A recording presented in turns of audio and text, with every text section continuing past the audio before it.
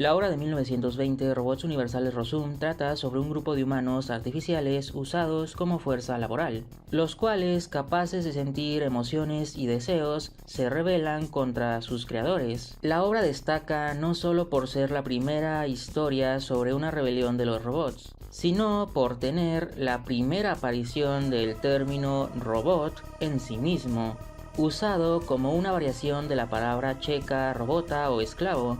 En la obra, los robots eran seres orgánicos, a diferencia del uso actual para dicha palabra. Sin embargo, así el término evolucionara con el tiempo, la esencia de seres creados, cuyo nivel de conciencia los lleva a buscar su propio propósito, se mantiene prácticamente igual. Desde entonces son comunes las historias sobre máquinas ganando conciencia y peleando por su libertad, o más comúnmente por subyugar a sus antiguos dueños. Muchas personas viendo o leyendo este tipo de obras o aquellas sobre robots en general, llegan a directamente rehusarse a considerar a los androides y similares como seres vivos. Esto al querer limitar la definición de vida a parámetros estrictamente biológicos. Sin embargo, juzgar una obra de ciencia ficción de esta forma me parece corto de miras y un obstáculo para apropiadamente entender los mensajes que estas obras quieren transmitir, independientemente de si los transmiten bien o mal.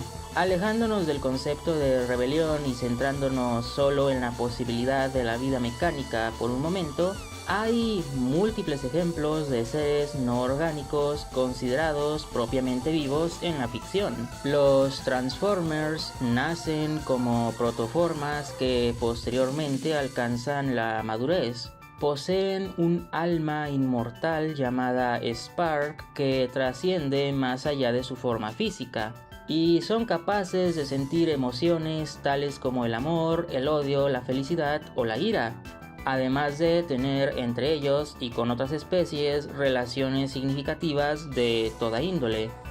Tienen sus propios sistemas de creencias, supersticiones y dioses. Los droides de Star Wars, aunque originalmente construidos como herramientas, son capaces de desarrollarse y ganar conciencia. Muchos tienen la capacidad de tener pensamientos propios y tomar sus propias decisiones, sentir dolor, establecer amistades, entre otras cosas. En un contexto más cómico tenemos ejemplos como Bender, un robot impulsivo y propenso a las adicciones. Negarse a aceptar que todos estos personajes constituyen seres vivos por una definición arbitraria de la palabra vida es como negar que Gandalf es un mago porque no crees en la magia. Si la propia obra te dice que son seres vivos, entonces simplemente lo son. Cada autor crea las reglas de su propio mundo después de todo. La razón por la que es importante entender esto es porque muchas veces los robots son usados como una alegoría de la esclavitud. Y es esta alegoría lo que me lleva a mi principal problema con esta clase de historias. La idea de que inevitablemente los robots buscan someter a la humanidad, no pensando en la posibilidad de existir independientemente como iguales, sino queriendo volverse los nuevos amos. No buscando un trato ético, sino uno de superioridad. Muchas de estas historias muestran a los androides o robots de la obra siendo abusados y explotados hasta el punto en el que, hartos de su condición de esclavos, se levantan contra sus crueles amos. Sin embargo, también son normalmente mostrados como los villanos de la historia, por un lado justificando sus razones tras la revolución, por otro lado esperando estés del lado de los humanos por el simple hecho de ser los creadores, siendo comúnmente la moraleja que el error fue el simple acto de crear y no el abusar de sus creaciones. Esto envía un mensaje confuso que tiene implicaciones desafortunadas. Por supuesto hay excepciones. Por ejemplo, en los videojuegos de Mass Effect, vemos el conflicto entre una raza de aliens llamados los Quarians y sus creaciones, androides llamados los Geth. Cientos de años antes de los eventos del juego, los Geth desarrollaron conciencia, causando que las autoridades Quarian entraran en pánico. tratando de destruir a todos los Geth y asesinando a cualquier Quarian que intentara protegerlos. Eventualmente, para sobrevivir, los Geth iniciaron a defenderse hasta expulsar a los Quarian de su mundo origen.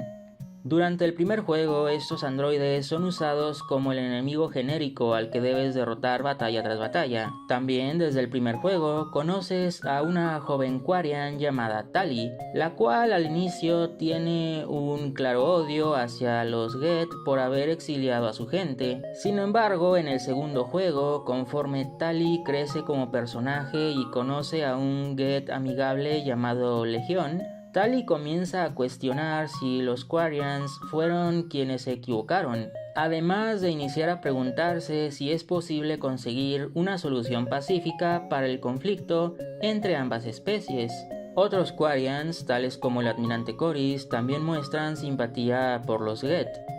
Para el tercer juego es posible crear una solución pacífica, y en base a las decisiones del jugador, los Quarians y los Geth pueden coexistir en paz una vez más. Todo esto sin demonizar a ninguna de las dos especies.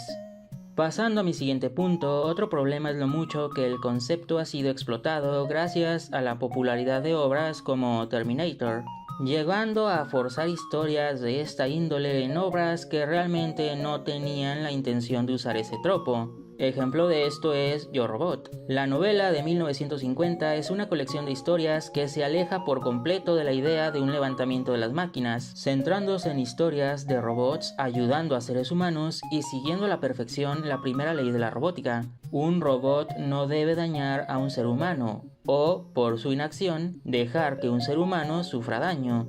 Mientras que, en una completa traición al libro, la película decide recurrir a una rebelión genérica y crear una razón ridícula para que los robots rompan la primera regla.